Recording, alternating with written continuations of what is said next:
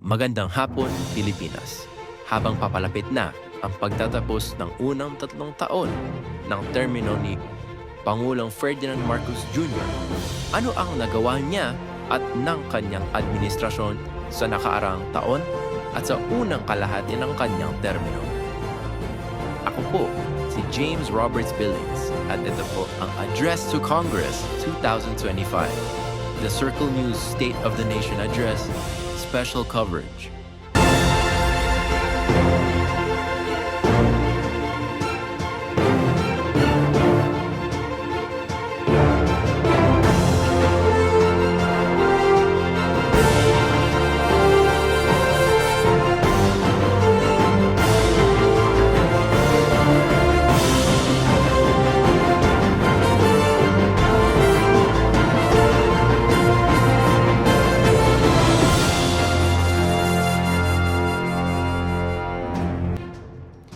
Magandang hapon, Pilipinas. Ako po si James Roberts Billings.